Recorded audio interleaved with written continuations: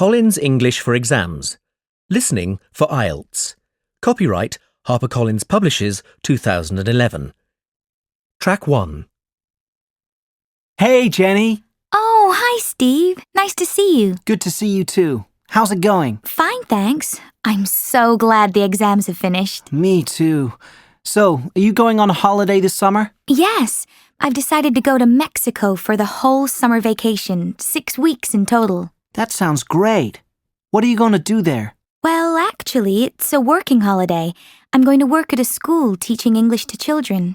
What about you? I'm going to Paris for 2 weeks. Are you going with your family? No, I'm going with my best friend. We've enrolled in a language school to study French. That sounds like fun. Have a good trip. You too.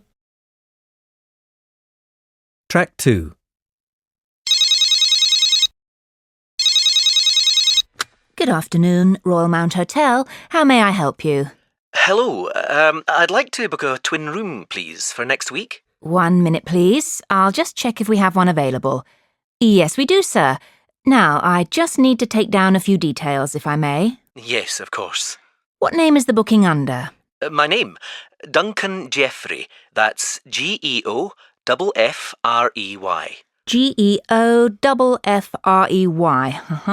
And could I have a contact telephone number, please? Yes, 5762 238 21. When will you be arriving, sir? Sometime on the evening of the 19th. Of September? Yes, and we'll be leaving on the 23rd. How much will that be in total? So, that's a twin room. For a twin, it would normally be £235, but I can give you a special rate as it's low season. £210 for the 6 nights. Great, thank you. And how would you like to pay, sir? We accept cash, cheque or credit card. I'll pay cash on arrival, if that's okay. Of course, sir. We look forward to seeing you. Track 3. So, what are the differences between these 4 hotels? Well, the main difference is in the facilities they offer. The Hotel Sunshine is the only one which has a gym, and it's also got one of the top health spas in the area. It's next to a lake, so you can do water sports there. But if you really like sailing or water skiing, then the Highland Hotel would probably be the best place because it offers great instruction programs in these sports. Actually, I'm not a sporty person. Okay. Well, what about the Hotel Carminia? It's a brand new hotel and it prides itself on its cinema and multimedia centre. And then there's the Royal.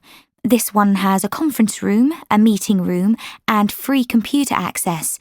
But it's not really appropriate for children. There's not much in the way of entertainment. Well, I'm going on holiday, not to work, and it's just my wife and me, so I think we'll book with the Hotel Carminia, please. Track 4. So, there's a great walking tour tomorrow morning. Or tomorrow night, we could go on a cruise round the harbour. What do you think, John? Well, we've got theatre tickets for tonight, so we'll be too tired for the walking tour in the morning. But I don't fancy the cruise either. Why not? It'll be fun. Look, it's a dinner cruise and it's only $12 each. I hate the sea, and I'll be sick with fear if the waves are big. And dinner? On a boat? I just couldn't. But we'll be in the harbour. Still. What about this? There's a bus tour tomorrow evening. It's only $5.50 and goes all around the main tourist sites. Yeah, that sounds okay, but I'd much rather... Track 5. Where shall we eat tonight? Well, there are plenty of options. The guide says this city has hundreds of restaurants. What kind of food would you like to have, John? Well, I quite like seafood. There's the Captain's Table on Firth Street. The guide gives it 4 stars. I don't know. The hotel receptionist told me the service is slow. But if you like seafood, there are a couple more places in the guide. Yes. Mangan's or Joe's Cafe. What about those, Sam? Mangan's could be a good option. It's nicer than Joe's Cafe, and there are fantastic views as well. We'd probably pay a bit extra. Joe's Cafe is much cheaper. But we're on holiday. I think we should splash out. That sounds great. Oh no. Hold on, it's closed tonight. Oh, what a shame. Shall we go to Joe's Cafe then? Yes, I suppose we'll have to. I'll give them a call and book a table. Can I use your phone? No. Sorry, I've left my phone in the hotel. We can ask the receptionist to do it.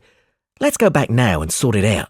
We can get changed and have a drink before dinner if you like. OK, good idea. Track 6. Section 1. You will hear a tourist asking for information at a tourist office. First, you will have some time to look at questions 1 to 4. In the exam, there will be a pause of 20 seconds. You will see that there is an example which has been done for you. On this occasion only, the conversation related to this will be played first. Hello, how can I help you? Hello. Is it possible to book a bus tour of the city here? Of course, sir. When would you like to take the tour? There are tours in the morning, afternoon and evening. Sometimes it's nice to see the city at night with the buildings lit up. We'll be going out for dinner tonight, so we'd prefer to go this afternoon. Oh, and it's for 2 people. The tourist says that the tour is for 2 people, so the number of passengers has been written in the notes as 2. Now we shall begin. You should answer the questions as you listen, because you will not hear the recording a second time. Listen carefully and answer questions 1 to 4. Hello, how can I help you? Hello. Is it possible to book a bus tour of the city here?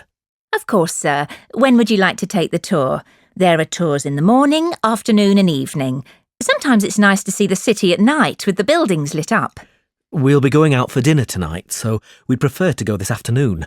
Oh, and it's for 2 people. Right. Now, I just need some details. Can you give me the names of the 2 people, please? Yes, Susan Field and James Carter. Susan Field and James... Sorry, can you spell your surname for me, please? It's Carter. Carter. Thank you. And can I have a contact telephone number? Why do you need one? Just in case we have to cancel the tour and need to contact you. I see. Well, my mobile number is 07988 636 197. That's 07988 636 197. Now, can you also tell me which hotel you're staying at? The Crest Hotel. Oh, no, sorry. That's the hotel we're staying in next week. It's the Riverside Hotel. Oh, the Riverside is a lovely hotel. Are you enjoying your stay? Yes, we are, very much. We'd definitely recommend it to others. Oh, I am glad. Now, I can book you on the tour at 4 p.m. Would that suit you? Alternatively, there is one at 2. 2 would be better for us, please. Right. That's booked for you, sir. 2 people at 2 p.m. today, August the 14th. You pay the bus driver when you get on, and it's £4 per person. Thank you very much. Track 7. Before you hear the rest of the conversation, you have some time to look at questions 5 to 10. In the exam, there will be a pause of 20 seconds. Now listen and answer questions 5 to 10. Can I also ask you about the museum in the main square? I was reading about it in my guidebook and was shocked to see that the entrance price is £10. Why does it cost so much? Well, the museum has the largest collection of Latin American art in Europe. People come from all over the world to see it. But that's not the reason why it's so expensive to get in. You see, the building is very old and it needs repairs. The £10 ticket cost will go towards repairing the roof and the walls. I see. Well, I suppose it's worth paying £10 to see the collection. Yes, I think so too. Is there anything else I can help you with? Actually, there is. I was wondering if you knew of any good restaurants in the area. Well, there are a few restaurants near the harbour and a couple on the beach, which are nice. The problem is that the smell of the fish market is quite strong down there. I don't think my girlfriend would be very pleased. I know what you mean. It's not very romantic, is it? My advice would be to go to the next town. It's bigger and the restaurant selection is wider. You can get there by taxi and it only takes about 10 minutes. The town is quite picturesque. Is it for a special occasion? Yes, it's my girlfriend's birthday, so I'd like to go somewhere special. Do you know any of these restaurants well enough to tell me about them? Well, I know about a few of them, and there are pictures in this leaflet here. Oh, this one here is lovely, the Bellevue, and it's extremely popular. It has a famous chef, so it's not cheap, but the standard of the food is very high. It's right by the sea, and there are wonderful views if you get a good table. Then there's the Lighthouse Cafe, you can see the picture here, which isn't really a cafe at all. In fact, it's a great restaurant, and a lot of TV celebrities and actors eat there. The place has been going for over 100 years. It's quite an institution around here. I'm not sure about those two. They sound too expensive to me. I was thinking of somewhere small, not too upmarket, but with good food. In that case, what about Harvey's? The same family has run this restaurant for over a century, and it's reasonably priced and really popular with local people. Oh, and there's another family-run restaurant, Stonecroft House. New owners took over a month ago, and they're getting good reviews. There's a new chef there, and the food is meant to be very good. This leaflet has the contact details for all the restaurants, so you can just call them if you'd like to book a table. Great, thanks. You've been very helpful. That is the end of section 1. You now have half a minute to check your answers. Track 8. Hello everyone. Sorry to interrupt your class. I just want to make a quick announcement about our summer timetable. Shimmer's Dance School will be offering new classes this spring due to strong demand. Angela Stevenson will be back this term running the ballet class. This class will be on Tuesdays, and instead of the normal hour from 6:30 to 7:30, we'll be running the class for an hour and a half, so it'll continue until 8 o'clock. This means we have to charge higher fees, but only slightly higher, from £8.50 to £10.50. That's only £2 for the extra half hour. Next, Janine Davis will still be teaching the tango classes. Instead of being on Mondays, these classes will be on Wednesday nights from 7 o'clock to 8 o'clock. The fee will still be £7.50 for the hour. Last but not least, Andrew is taking over the tap class. This class is for early risers, as it starts at 8:30 on Saturday morning and finishes at 10. We expect this class to be very popular, as tap is a great way to get fit while learning new dancing skills. This will cost £11. All the other classes remain the same as the winter timetable. We hope there's something for all of you at Shimmer's. Track 9. Internet safety is a big concern nowadays, and to protect your children and teenagers online, it's a good idea to monitor the sites they visit. Don't be put off from letting your kids use the internet. It's essential for their education and can help them make friends too. Now, let me tell you a bit about some sites we've found for children. Of course, there's a limited number of sites for the very young, but we would suggest one called Playtime Online. It's designed for children from 4 to 6 years old. It's really colourful and helps children learn skills for games. Children love it, and it helps them when they begin school. Then from, say, 5 until about 10 years of age, there's a really useful website called Moving Up. This takes Playtime Online a step further and enhances the maths and language skills of the child. Teachers speak highly of this site for child development. When children get into their teens, the internet can be a more dangerous place. Net Aware, for the 12 to 16 year age group, makes young people more aware of online dangers. It's a good site for your child to look at before they start surfing on their own. Now, all teenagers love chatting, and Chat Electric is a site designed specifically for teens from 13 to 16 to make friends online with people their own age. The last site is invaluable for teens studying for exams. 16 to 18-year-olds love Test Doctors, which is a site designed to help students revise for their exams and is full of handy hints and tips. The site is run by subject specialists, so it's packed full of information. Track 10. The Health and Education Summer Camp in the county of Cork in Southern Ireland is ideal for young people who'd like to learn new sports and activities. It has a beautiful location near a river and occupies 5 acres. The camp has 2 types of accommodation, tents and cabins, both of which are modern and comfortable. The cabins are by the river and the tents are on higher ground, away from the river and next to the washrooms. There are 2 washroom blocks, fully equipped with showers as well as toilets. We also have facilities for cooking here.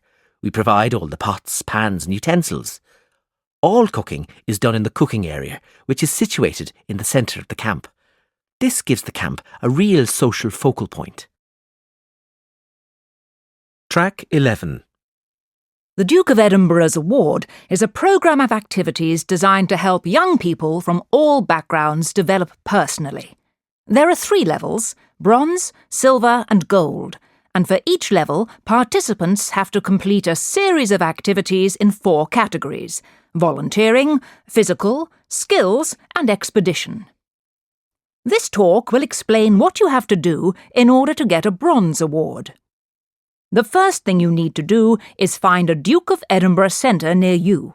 This could be your school, college or youth club. Then you'll need to pay a small fee to enrol in the programme.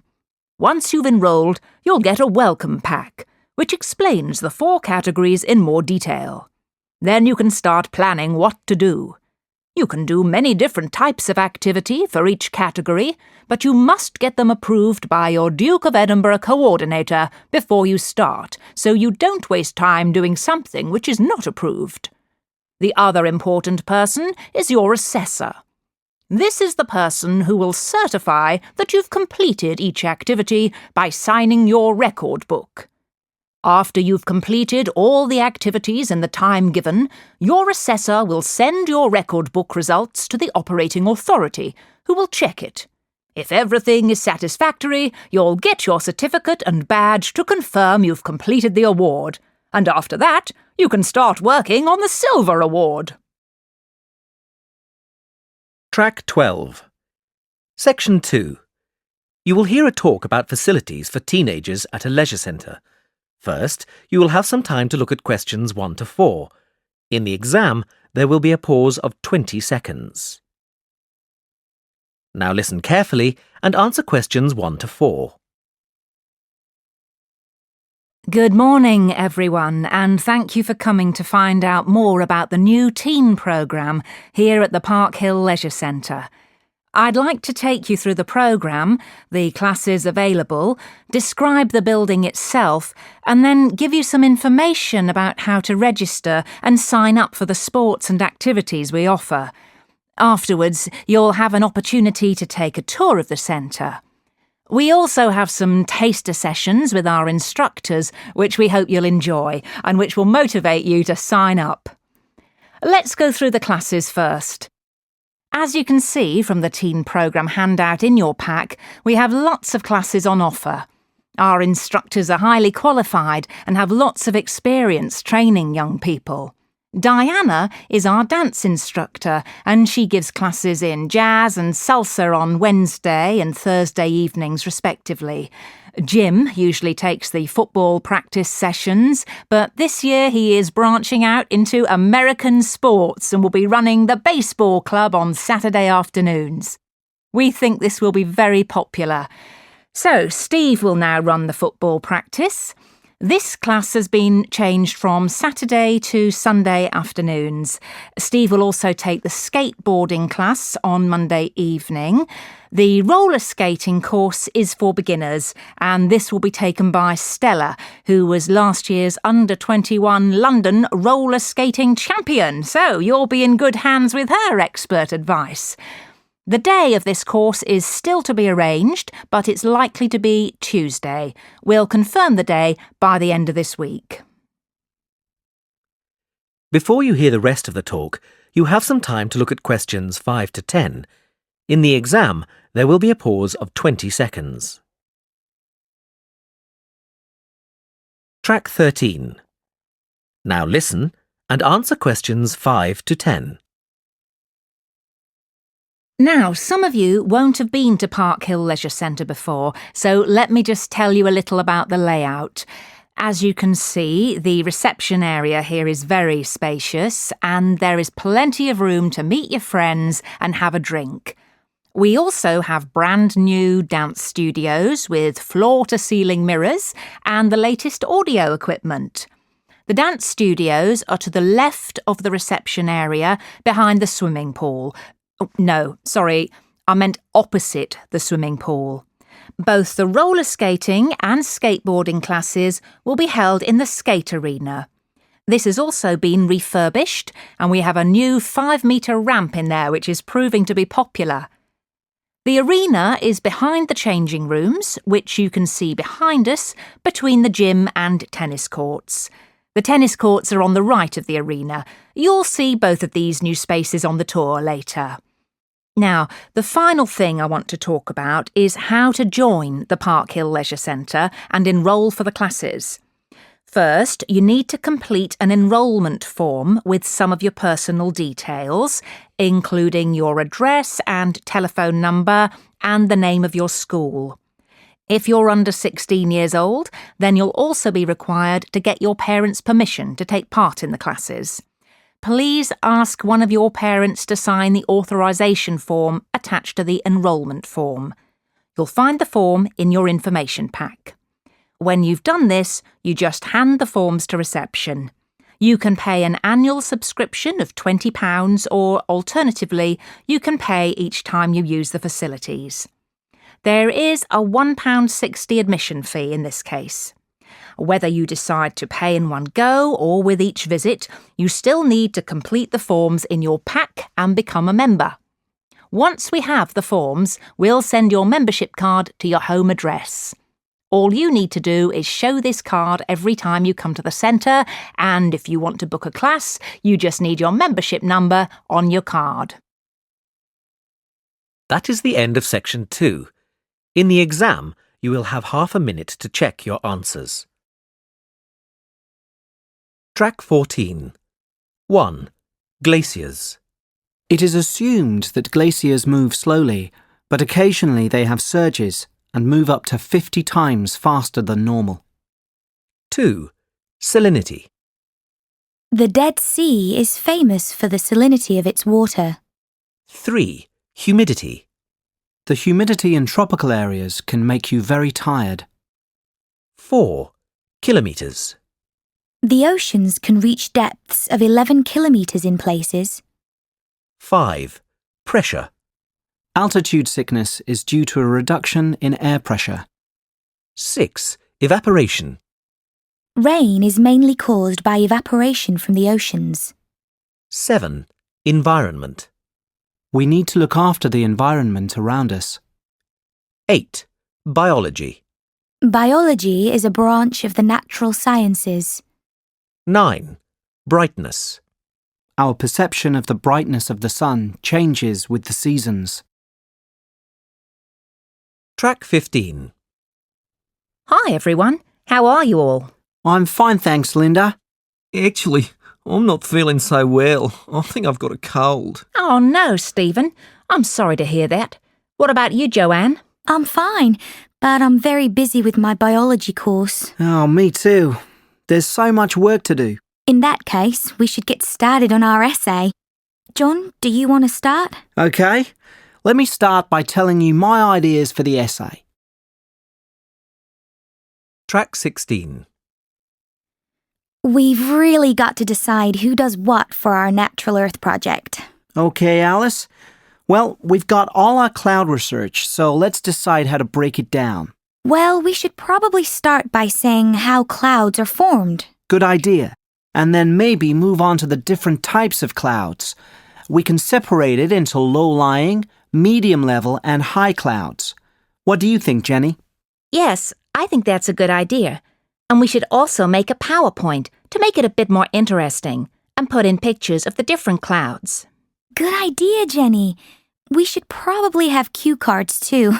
I'm useless at remembering what to say without them. Yes, me too. Well, I'm quite happy to organize everything we found out about clouds and make sure it fits into our presentation times. Actually, I'd better do that. I've got all the research on my computer, so it makes sense. How about if you make the presentation slides, Carl? OK, Alice, that's fine by me. Well, if you guys are going to do that, then I'll look on the internet for pictures of the different types of clouds. That'll be great, Jenny. I'll also make the prompt cards so we don't forget what we're saying during the presentation. Sounds great. Let's have a run-through on Tuesday. What sections does everyone want to talk about? I don't really mind. I hate speaking in front of people, so I'd prefer not to do the introduction. I don't mind. I'll do that. If you don't want to talk much, then why don't you just do the middle bit about the medium-level clouds? Yes, I can do the low-level and high-level clouds part. I'm sure Jenny can handle the summarizing too. Thanks, guys. We can all take questions together.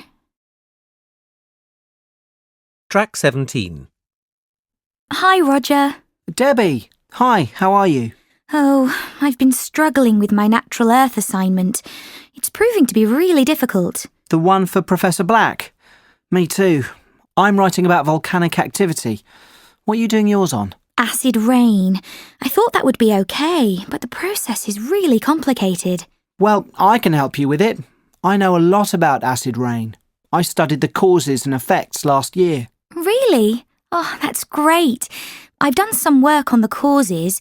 I'm going to write that acid rain is caused by sulfur dioxide from power plants and smelters.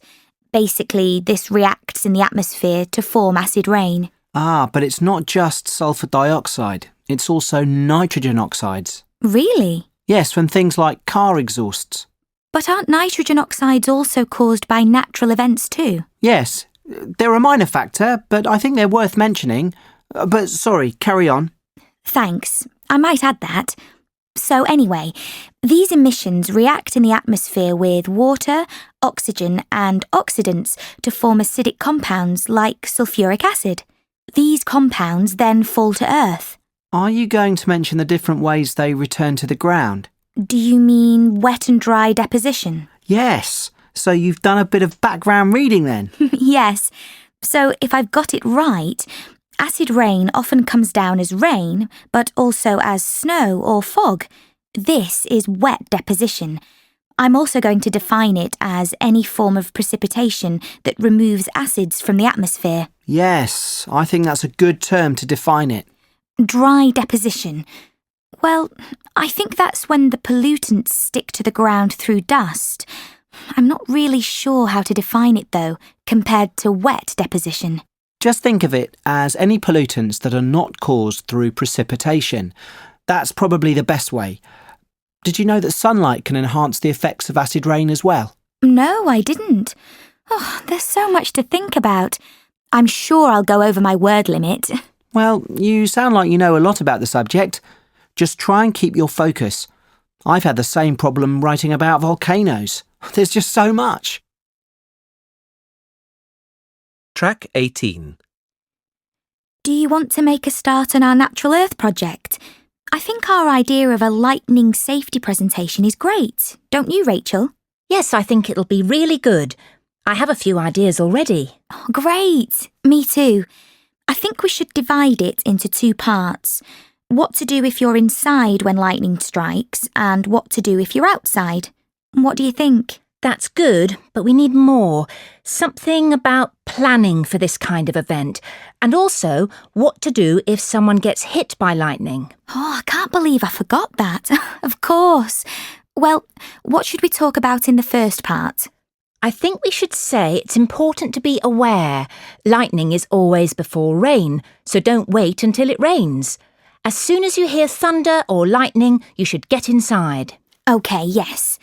And then if you're indoors, you should avoid water, stay away from doors and windows, and don't use the telephone. Or any electrical equipment. In fact, if you can, switch it off first.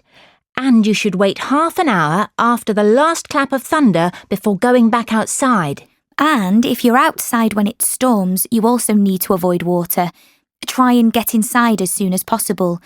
There are certain things you should avoid. Open spaces, anything large and made of metal. And of course, the obvious one, trees. But we should mention that if lightning strikes very near you, you need to crouch down. Oh, is that right? I thought you had to stand still. No, that's actually wrong. You're supposed to crouch down. And put your hands over your ears. The noise can damage your hearing if you don't. OK, I think we've got quite a lot here. Only the last part to go. Now, what to do if someone gets hit? I think we should say that it's very rare for someone to get hit by lightning. Our talk sounds as if there's danger all around. We should try and make it sound a bit more reassuring. Yes, you're right. We'll say it doesn't happen often. It's just better to be safe than sorry. But what should we say about getting hit by lightning? Well, I think we should say it's safe to touch people who've been hit by lightning. They don't have any electrical charge. If there's a first aider around, then they should help them. Otherwise, it's just best to call for an ambulance. And we should remind our audience that 80% of lightning victims don't get fatally injured. That should calm everyone's nerves. Track 19. Section 3. You will hear 3 students discussing a group project on weather conditions. First, you will have 20 seconds to look at questions 1 to 7. Now listen carefully and answer questions 1 to 7. So, I think we'd better start planning what we're going to do for our group project. Have you guys had any ideas? I was thinking we should do something on extreme weather events, but I think Alex had some different ideas. Yes, maybe we should look into more localised weather conditions and the effects on the immediate environment. That's a good idea, Alex. But I don't think we'd be able to get much data on that. And we don't really have time to do our own research. What about doing something about the seasons? I think the seasons might be a bit too wide-reaching, when we take into account the wind patterns and pressure systems. Maybe you're right. Well, how about Tom's idea of extreme weather conditions? Yes, that sounds like a good idea. It's easy to break down into separate parts, and it certainly sounds more interesting. I'd quite like to cover monsoons. I've been doing some reading on them and they're quite interesting. Well, that sounds good. We should maybe take 2 areas each. That would make it easier for us to focus. Well, we've got lots to choose from. We could do blizzards, heat waves, droughts, cyclones. There are loads. Why don't you do blizzards too, Tom? I don't fancy doing them, but I wouldn't mind doing something on floods. They're linked to monsoons, I think, so it will be an easy transition. What do you fancy doing, Alex? Well, I could always cover winds. But that isn't really extreme enough. I could do hurricanes. They're pretty exciting. How about doing cyclones, Emma? I'd rather do heat waves and droughts, I think. I know a bit about them. I don't know anything about cyclones. Cyclones are really interesting. I can cover them. That sounds great. I was thinking about doing cyclones, but I'm happy for you to do them. Before you hear the rest of the talk, you have 20 seconds to look at questions 8 to 10. Now listen and answer questions 8 to 10. Track 20. Right, shall we get started on some of the content? Yes, we haven't got that much time. Does anyone know anything about their topics? I know quite a lot about cyclones. Do you? Well, I studied them at high school. You know, cyclones usually start near the equator.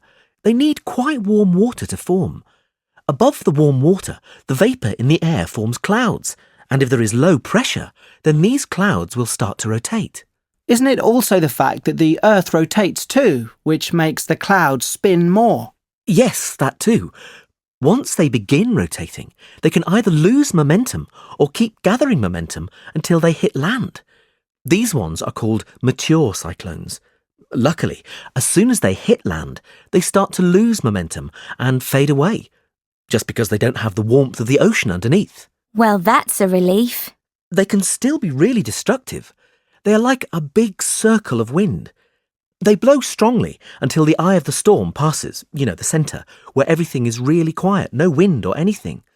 But then the other side hits and the winds blow just as strongly, but in the other direction.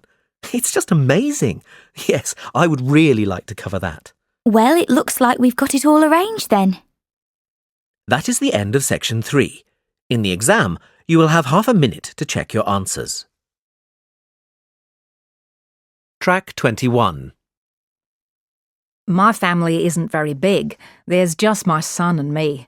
I'm a single parent. For the last 10 years, I've been concentrating on looking after my son James, who's now 14. But now I've met someone special, and we've just got engaged. My fiancé has 4 kids of his own, and we're going to get married in July. James is really excited about it. He's looking forward to having brothers and sisters in his new step-family. We live as one big extended family. There are 7 of us in our household. Besides my husband and me and our children, there's my aunt and 2 of my cousins. I stay at home and care for my mother because she's quite old and can't look after herself. Obviously, we suffer from a lack of space in the house, but we all get on well. Track 22. 1. Firstly, I am going to talk about the role of the parent. Secondly, I'll discuss the role of the child. And lastly, we'll look at the family unit as a whole. 2. Parenting is a difficult job because no 2 children are ever the same. 3. Families are important because they form the basis for socialization. Additionally, they educate and protect the next generation. 4. The family structure has varied greatly over time. That is, different times have had different views of what a traditional family structure is. 5. Many argue that less traditional structures are not as effective. However, there is little evidence to support this. 6. Many people are having families later in life. Consequently, the rise in the number of single people may only be temporary. 7. Families in other parts of the world differ from the Western norm. For instance, in some cultures, having multiple husbands or wives is the norm. 8. Although there are many arguments for trying to keep the traditional family structure strong, I feel the key issue is the economic necessity of having a normal family structure. Track 23. As we have seen, changes in the structure of the family are constantly occurring.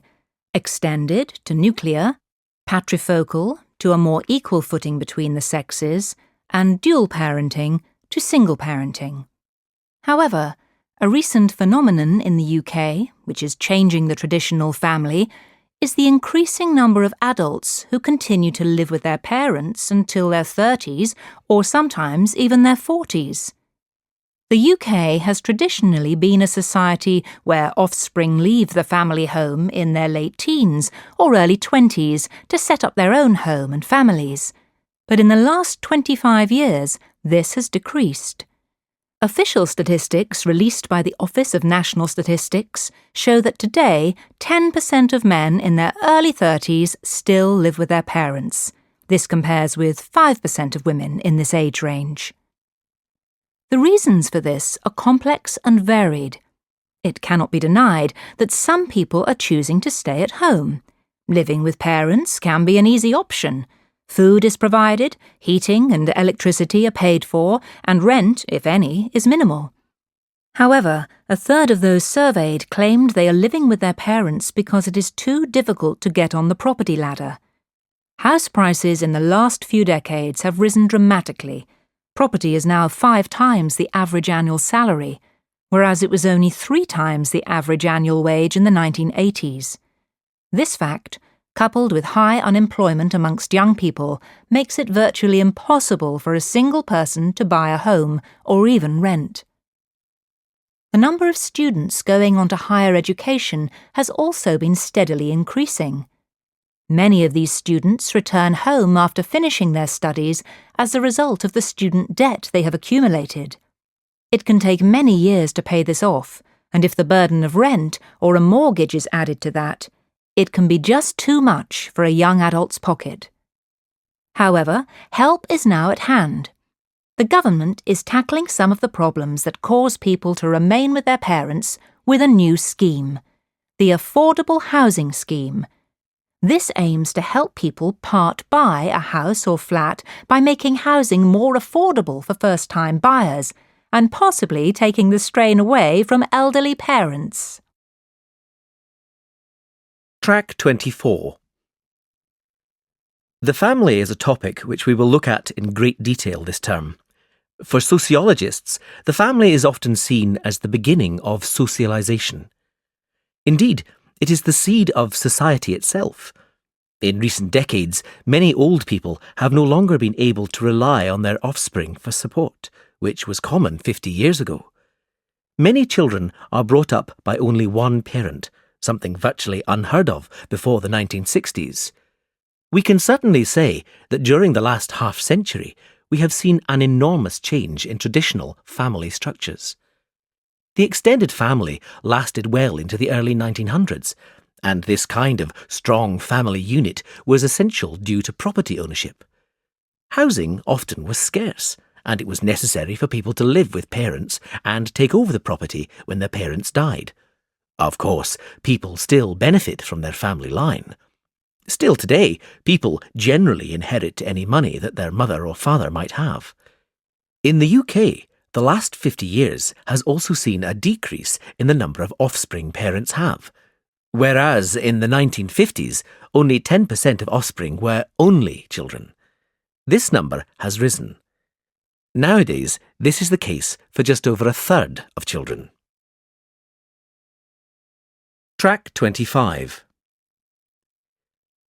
In Victorian times, the upper classes made up less than 3% of the entire population of Britain, yet this class held more than 90% of the country's wealth. This shows the massive gap there was between rich and poor, a gap which has shrunk considerably in the last century. Today, we're going to look at the wide differences in family life between rich and poor in Victorian times. Let's begin with the upper classes. The upper classes of the Victorian period were generally the nobility or the clergy. Most of their servants were very poorly paid, but were always accommodated within the homes of upper-class Victorian families, so they didn't have to pay for accommodation, food, and often clothing. The money which they did earn, they normally sent home to their families. Many Victorian servants came from the countryside, where the effects of the Industrial Revolution had resulted in job losses. Amongst these servants were cooks, housemaids, stable hands and butlers. The family would also employ a nanny, who, although employed by the family, was not traditionally seen as a servant. A nanny's primary role was to care for the children. She was responsible for teaching the children how to behave, looking after them when they were ill, and instilling discipline into them. Nannies did not, however, educate the children. Generally, children from wealthy families did not attend school outside the family home. Tutors would come to the house to do this, and although on occasion mothers taught their children to read and fathers gave their children some instruction in Latin, this was not a common occurrence. Now, the Victorian upper classes had the reputation of being quite cruel, but this wasn't always the case. They were also quite charitable. Ragged schools were set up with funding from the upper classes so that poor children could have some form of education. Additionally, most Victorian parents were very proud of their children, who were often seen as prized possessions. This goes against the common idea that parents were very hard on their children. In fact, the opposite was generally the rule. However, the situation for lower-class families was very different. In the lower classes, child labour was rife. Children, as young as 8, earned a living as chimney sweeps for wealthy houses. Now, let's move on to looking at the lower-class families in more detail. You'll find that very often... Track 26. Section 4. You will hear a lecture on changes in family structure. First, you will have 20 seconds to look at questions 1 to 10. Now listen carefully and answer questions 1 to 10. We are all familiar with the nuclear family, which has been the dominant family structure in the UK for the last 60 years at least. However, recent changes show that our idea of the traditional nuclear family as the cornerstone of British family life is changing. There have been emerging patterns which are eroding this structure, namely the rise of step families, cohabitation, lone parenting, and the rapid increase in those living alone. We are going to explore these areas in turn and look at their effect in terms of the family. Firstly, step families are becoming more and more common. Step families are created when one or both partners have a child or children from a previous relationship. In 1980, the percentage of children under 13 who were living with one parent and their new partner was just 4%. In 2008, this figure had increased to 20%. The USA has seen an even greater rise. New statistics show that almost half of under 13s are living in a step family. Now, we can still call the step family structure a nuclear family, as it does follow the structure of two parents and dependent children. However, it also creates somewhat of a nuclear blur. Step brothers and sisters may belong to two family units, so where do we draw the line at which family they belong to? Cohabitation, when partners do not marry yet live together as a family, has also increased. In 2006, of the 17.5 million families in Britain, nearly 3 million of these comprised unmarried couples. What does this mean to the nuclear family? Firstly, the traditional view of a nuclear family requires married parents, so we can't put these types of family under this umbrella. Statistics show that even if cohabiting couples have children, they are more likely to separate than their married equivalents. Lastly, we need to look at the rise of the DINKs, which stands for Dual Income, No Kids. As Clark and Henwood outline, many cohabiting couples are choosing a life without children, putting consumer spending first. Lone parenting is a relatively recent family structure, which has rapidly grown in the last half-century. In 1972, only 1 in 14 children lived in a lone parent family. When we compare this with today's figure of 1 in 4, we can see that this is a rapid increase. In the past, lone parenthood was overwhelmingly the result of a death of a parent. Nowadays, however, it is increasingly a choice. Some sociologists argue that this increase is due to the outlook of women. Where women once were willing to accept an unhappy or abusive marriage, now many will choose lone parenthood. Often, this can be just a transitory phase before they find a new partner. This view of women's attitudes and lone parenting is highly debated because some figures show that the largest group of lone parents are mothers who have never married. You can find counter-arguments for these ideas in Butler and Jones. One difficulty for single parents is that they are a social group who are much more likely to suffer from poverty and hardship. They are more likely to live in rented accommodation and have childcare issues. Lastly, an increasing number of people are choosing to live alone. The number of people living alone in Britain has more than doubled in the last 20 years. In 1990, just over 4 million people lived alone. Now this figure has reached 8.5 million, an incredibly rapid growth which has had enormous effects on the traditional nuclear family. This number represents a great chunk of the population who, either by choice or necessity, are outside the traditional family unit. Some think that these changes may not help the community. In fact, there are many arguments that this rise in alternative household structures will create a more isolationist and less community-based society, where close bonds, which are usually formed within the family, have no place. Leaving aside whether or not the housing even exists for this boom, an important factor which must be looked at is the disproportionate expense for those living on their own. By this I mean the burden of all costs is shouldered by one wage instead of two, and of course one person is using the energy which could be shared between a group, having a greater impact on the environment too. However, on a more positive note, people, especially women, are proving to be extremely... That is the end of the listening test. In the exam, you will have half a minute to check your answers. Track 27. Hi, Dad. How are you? I'm fine, Sally. How's the course going? It's going well, actually. I'm really enjoying my math course at the moment, mainly because it's not that difficult compared to the other modules. Good. And what about the tutors? What are they like? Well, I've got 4, and they're all highly knowledgeable. But Professor Jones is my favourite. I really respond well to the way he teaches. And are your fellow students nice too? Yes, I've made lots of new friends, and everyone seems to be very hardworking. The course has lots of group work, but to be honest, this isn't really the way I like to study. I prefer to study alone. Oh, well, I suppose not everything can be perfect. I know, Dad, you're right. In fact, there is one thing I'm a bit concerned about.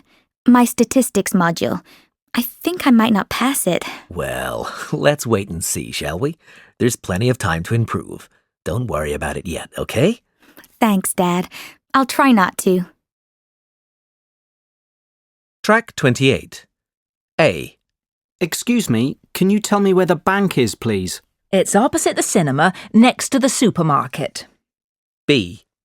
Excuse me, can you tell me where the bank is, please? It's round the corner from the supermarket. C. Excuse me, can you tell me where the bank is, please? It's up the road from the supermarket, beside the cinema. D. Excuse me, can you tell me where the bank is, please? It's at the opposite end of the street from the cinema. E. Excuse me, can you tell me where the bank is, please? It's behind the supermarket, which is near the cinema.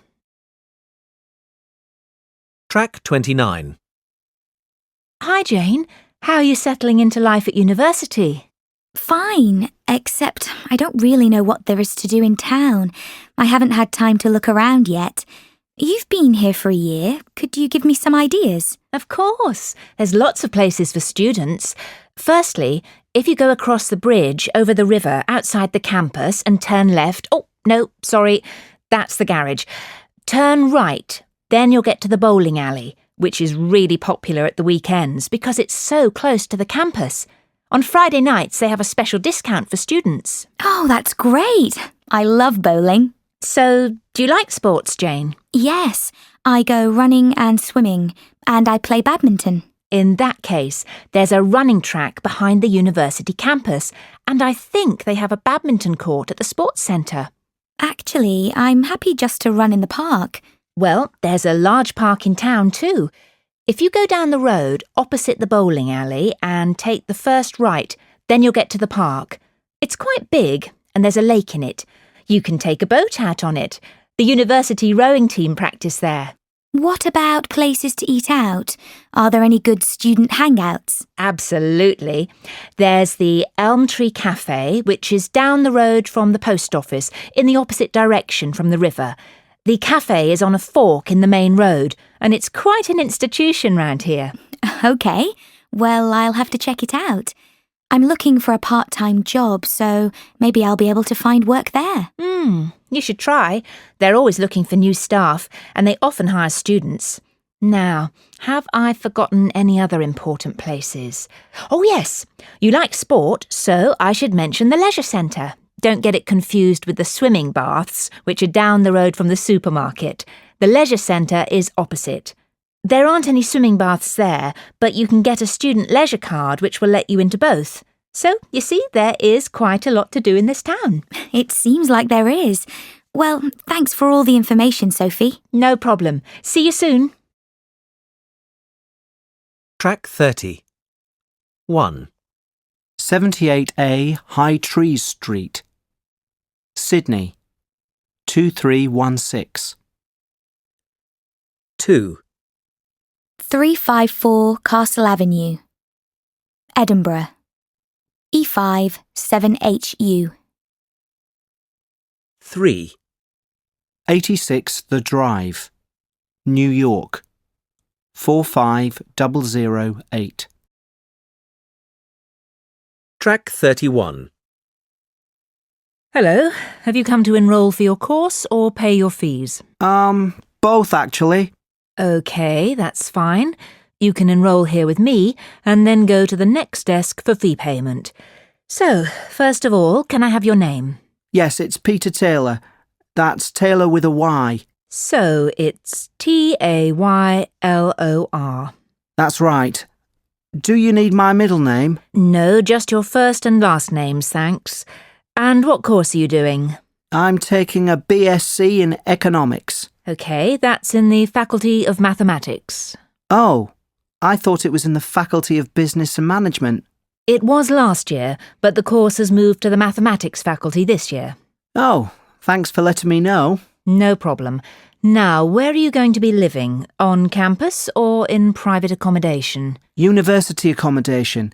I'm in room 112, Ashley Residence. Did you say Ashley Residence, the one in Duke Street? It's just that there's another residence called ASCII Residence, so it's confusing sometimes. I don't want to make a mistake on the computer records, otherwise you won't receive any university mail. It's definitely Ashley. ASHLEY. Great. And what about your home address?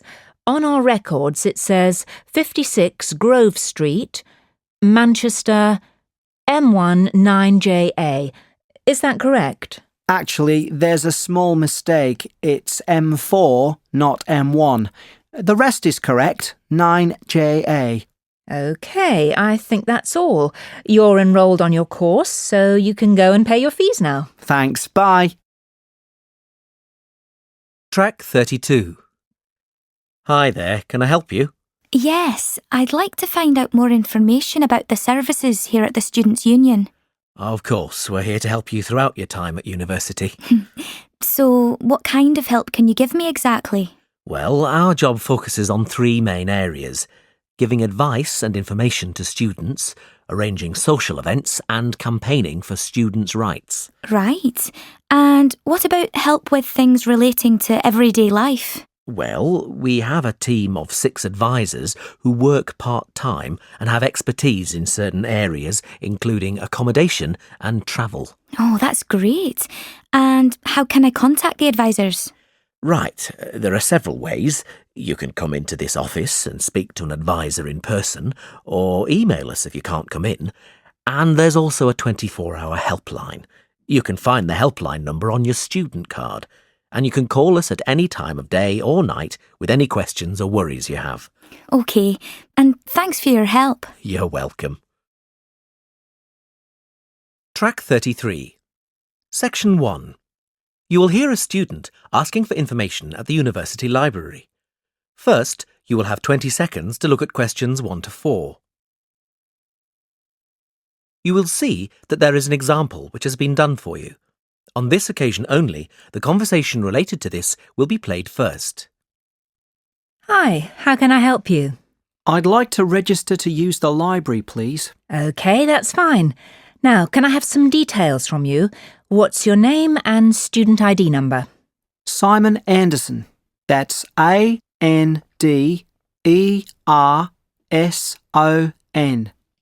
The student says that his name is Simon Anderson, so the answer on the form is Anderson. Now we shall begin. You should answer the questions as you listen because you will not hear the recording a second time. Listen carefully and answer questions 1 to 4. Hi, how can I help you? I'd like to register to use the library, please. OK, that's fine. Now, can I have some details from you? What's your name and student ID number? Simon Anderson. That's ANDERSON. And ID number? Hold on. Let me look. It's AND 105763. AND 105769. No, it's AND 105763. Thank you. And what course are you studying, Simon? Geography. Is that in the Faculty of Environmental Science or Earth Science? It's in the Earth Science faculty. Right. Now, Are you living in university halls of residence? No, I'm in private accommodation. Do you need my address? Yes, please. It's flat 3, 24 Lavender Gardens, London, SW12 3AG. Can you spell the street name for me? Yes, it's LAVENDER Gardens. And do you have a contact telephone number? Is my mobile number okay? Yes, that's fine. Just let me find my phone. Right, the number is 079 885 66341. Let me just check that.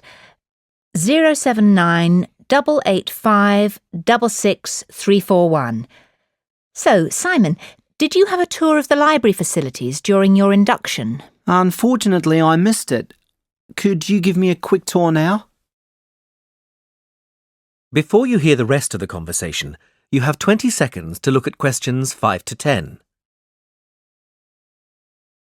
Track 34. Now listen and answer questions 5 to 10.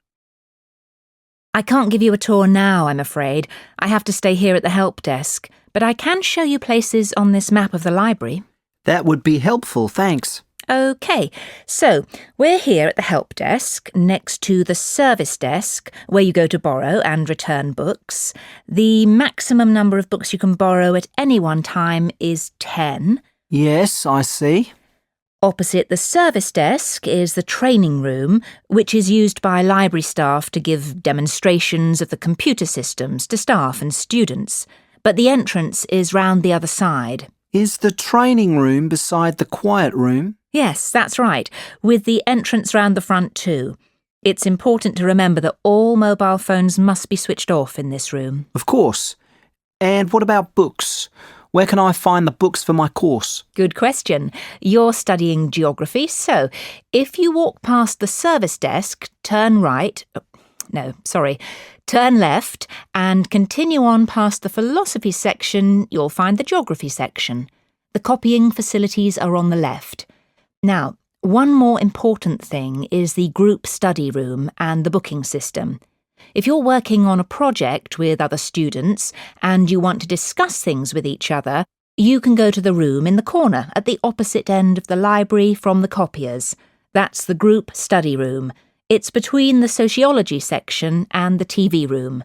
The group study room must be booked 48 hours in advance. Right, thanks. Can I keep this map? Actually, this is the last one I have, but I can make a copy for you. That would be great, thanks. Oh, I should also explain how you book the group study room. Oh, yes. So how do I do that? You can only book this room using the online reservation system, the same one you use to reserve books that are currently on loan. I thought it was called the online catalogue system. No, that's for searching for things in the library. The reservation system is what you use to make a room booking. And can I access that from outside the library? Yes, via the library website. You will need to enter the name and student number of each student in the group too, so make sure you have these to hand when you make the booking. But all this is explained on the home page of the website.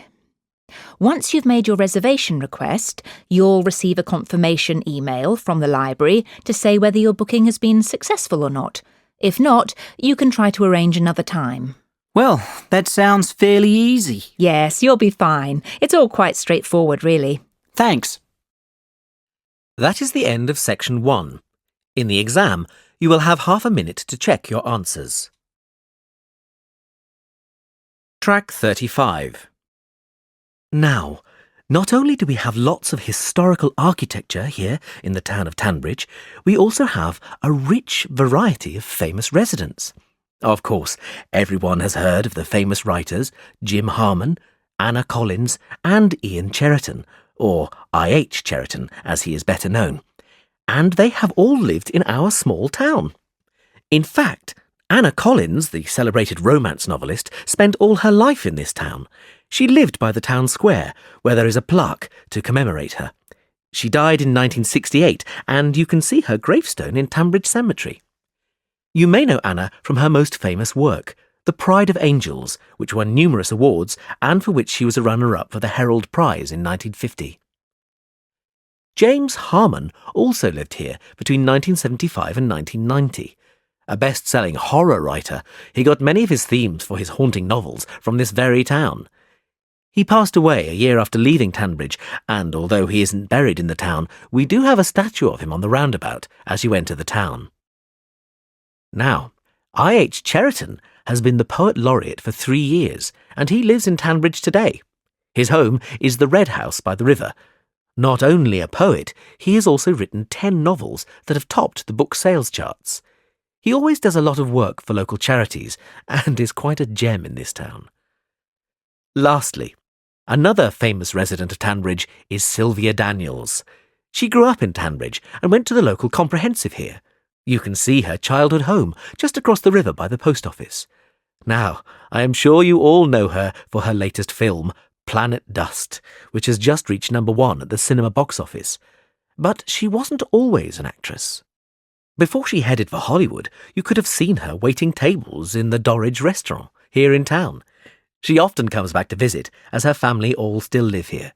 If you're lucky, you may even catch a glimpse of her. Track 36. Welcome to the latest episode of Film Finest with me, Liz O'Donnell. The films I'll be reviewing in this episode are What Happens in the Night, the new horror film by acclaimed director Jan de Nijberg, and Happy as Larry, a new romance comedy starring Harrison Wyatt and Sonia Smith. Let's start with What Happens in the Night. Set in a convent school in the 1950s, this film tells the story of 2 boys who are haunted by apparitions of monks. The film has the feel of a comic book, as it's shot in black and white with occasional shots of vivid color. De Nijberg, the director, said he wanted some elements to stand out, and he has used color to do it. I would say quite effectively.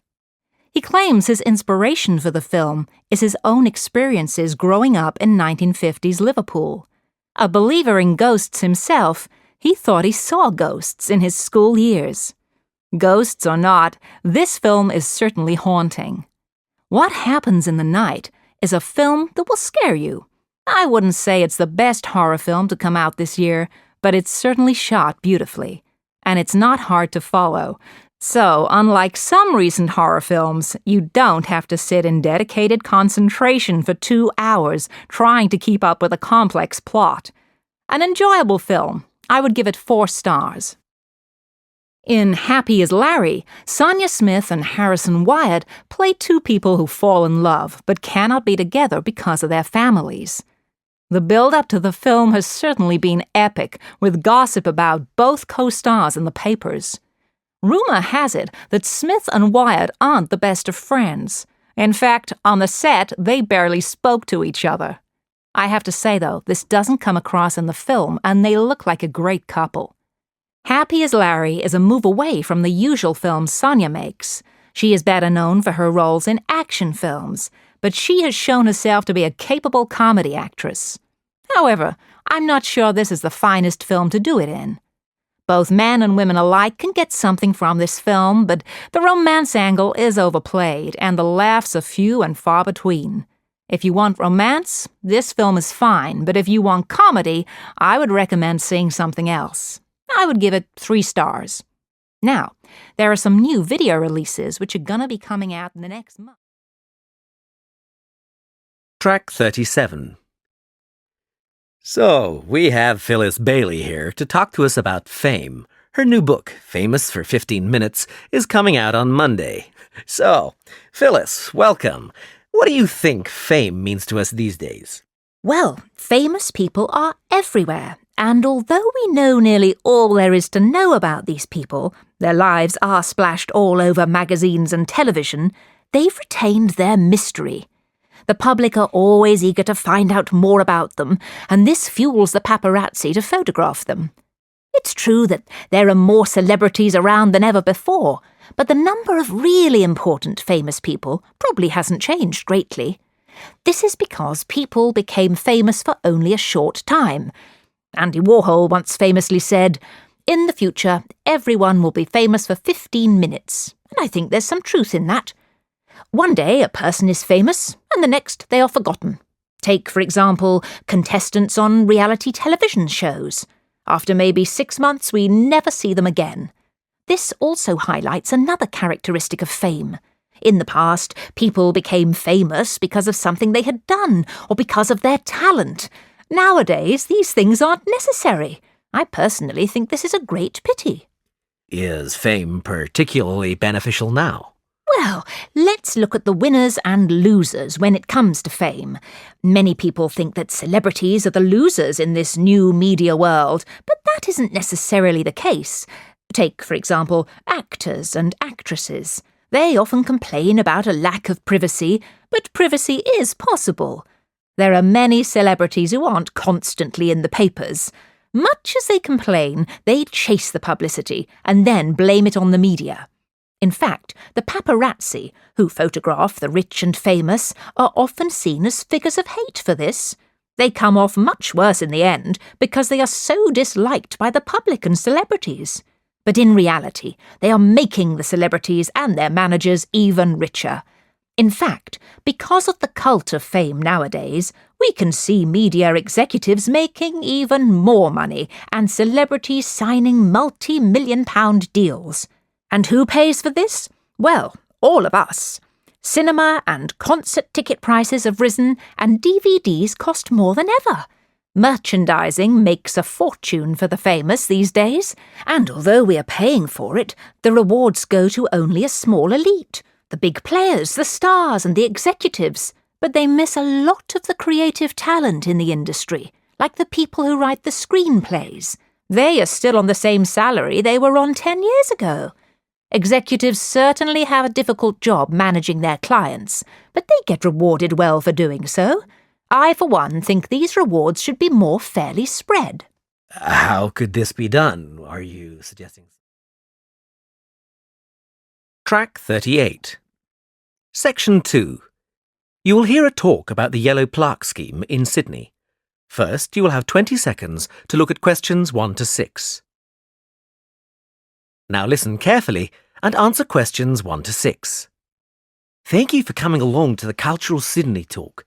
I'm going to start by telling you about the yellow plaque scheme, which has been running in Sydney for over 40 years and has been incredibly successful. When you're walking around the city, you'll see some buildings with a small round yellow plaque on them.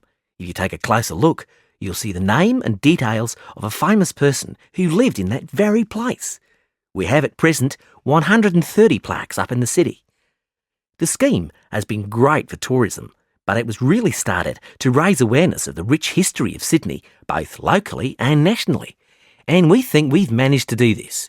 We also wanted to make people aware of the impressive list of important people who have lived in this city, and we've certainly achieved that. But that's not all. Although not part of our original aims, the scheme has also helped preserve some of the older and more important buildings in Sydney, because people now know that these buildings are a link to our past. Some of the buildings are actually over 180 years old, which for Australia is ancient. We actually think that this is where the scheme has achieved the most success, in raising the profile of our rich history. Of course, it has helped tourism, but not only that. Locals also walk around looking at the plaques. It has been really wonderful in highlighting our past. Some people are quite surprised to see who has lived here. Take Errol Flynn, for example. He was married in Sydney. We are planning on putting more plaques up, and a common question is how can people nominate a figure to be put on a plaque? It's quite a simple process. Applications can be downloaded from our website. If you want to nominate someone for a plaque, you just need the person's name, where they lived, and you need 3 signatures to approve your application. Our panel then checks that all the data you've submitted is correct, and hopefully, within a year, a new plaque will be erected. But you can't nominate just anyone. A plaque can only be given to a person who is famous and has achieved something out of the ordinary, like an important politician or world record-breaking sportsman, for example.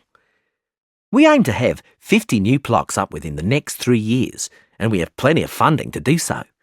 Our funding comes from 3 sources: the local council, community donations, and the tourist board. Whereas in the past, the Tourist Board put in the majority of funding, now public donations count for 65% of all total funds. In fact, our funding is so healthy now, there are plans to expand the scheme. Before you hear the rest of the talk, you will have 20 seconds to look at questions 7 to 10.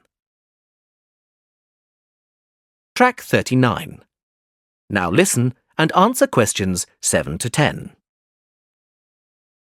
At the moment, we only have yellow plaques for all the famous people, but we are aiming to produce different coloured plaques so that people can do specific walks. For example, if they are interested in famous sports personalities, they can do a tour following the red plaques, the colour we are aiming to use for these people. We are looking at introducing grey, white and green plaques as well. We are thinking of using grey plaques to signify people who have done important work within the government, and white plaques for those who have done good works in the community. Lastly, our green plaques we think will be very popular. These will be for painters and sculptors, leaving our yellow ones for writers, actors and other people of note. We do hope you enjoy looking at the plaques around the city. We have guidebooks on sale in the gift shop where you can find all the plaques. These are priced at $11.99. That is the end of section 2. In the exam, you will have half a minute to check your answers.